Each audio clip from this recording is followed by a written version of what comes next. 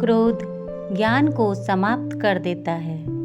क्रोध पर काबू पाने के लिए सदैव उसके फल के विषय में चिंतन करना चाहिए। जो व्यक्ति जोर जोर से अपने क्रोध का बखान करता है, वास्तव में वह अज्ञानी है। जो शांत रहकर अपने क्रोध को वश में करता है, वही बुद्धिमान कहलाता है। एक समय की बात है, गौतम बुद्ध जब अपने शिष्य को प्रवचन देने पहुँचे तो सारे शिष्य आश्चर्यचकित थे, क्योंकि आज वो खाली हाथ नहीं आए थे। आज उनके हाथ में एक रस्सी थी। भगवान बुद्ध ने आसन ग्रहण कर रस्सी में गांठ लगाने लगे। वहाँ उपस्थित सभी शिष्य उनको ध्यान से रस्सी में गांठ लगाते देख रहे थे।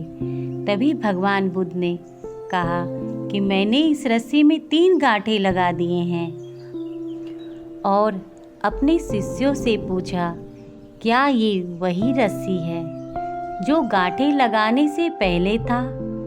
इस पर एक शिष्य ने कहा, इसका उत्तर देना तो थोड़ा कठिन है।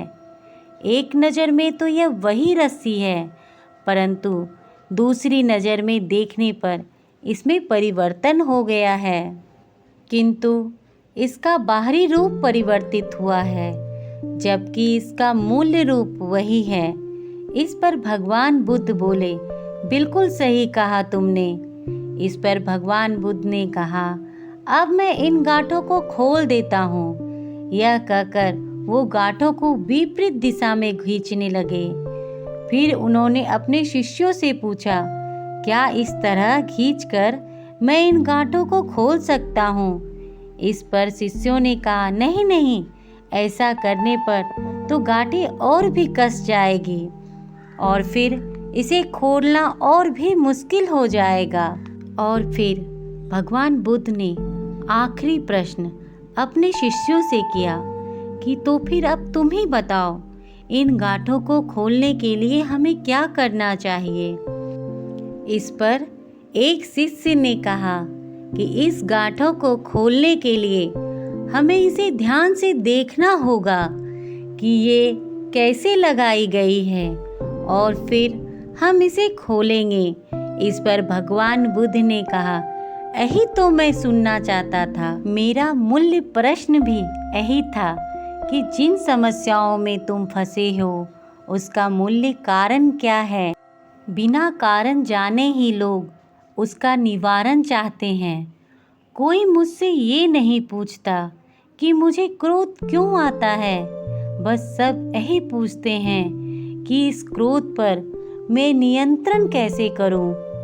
कोई मुझसे ये नहीं पूछता कि मेरे अंदर ये अहंकार का बीज कहाँ से आया। सब यही पूछते हैं, मैं अपने अंदर के क्रोध को कम कैसे करूं।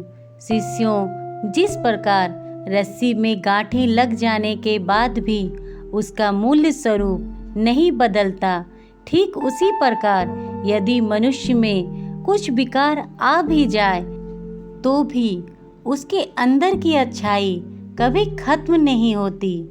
जैसे हम रस्सी की गांठें खोलकर हम उसका मूल्य स्वरूप प्रदान कर सकते हैं, ठीक उसी प्रकार मनुष्य भी अपने विकारों को दूर कर सकता है।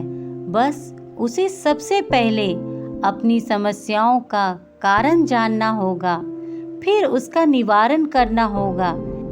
बस समस्याओं का कारण ढूंढिए और फिर उन्हें दूर कीजिए।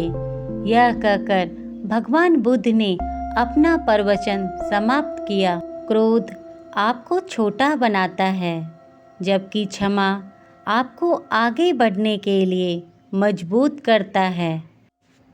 जो हमेशा गुस्से में रहे उसे छोड़ना जरूरी है। ऐसे मूर्ख इंसान का घमंड तोड़ना जरूरी है। हमेशा खुश रहना दोस्तों। ख्याल रखना अपना और अपने परिवार का। Please like and subscribe my channel. Thank you.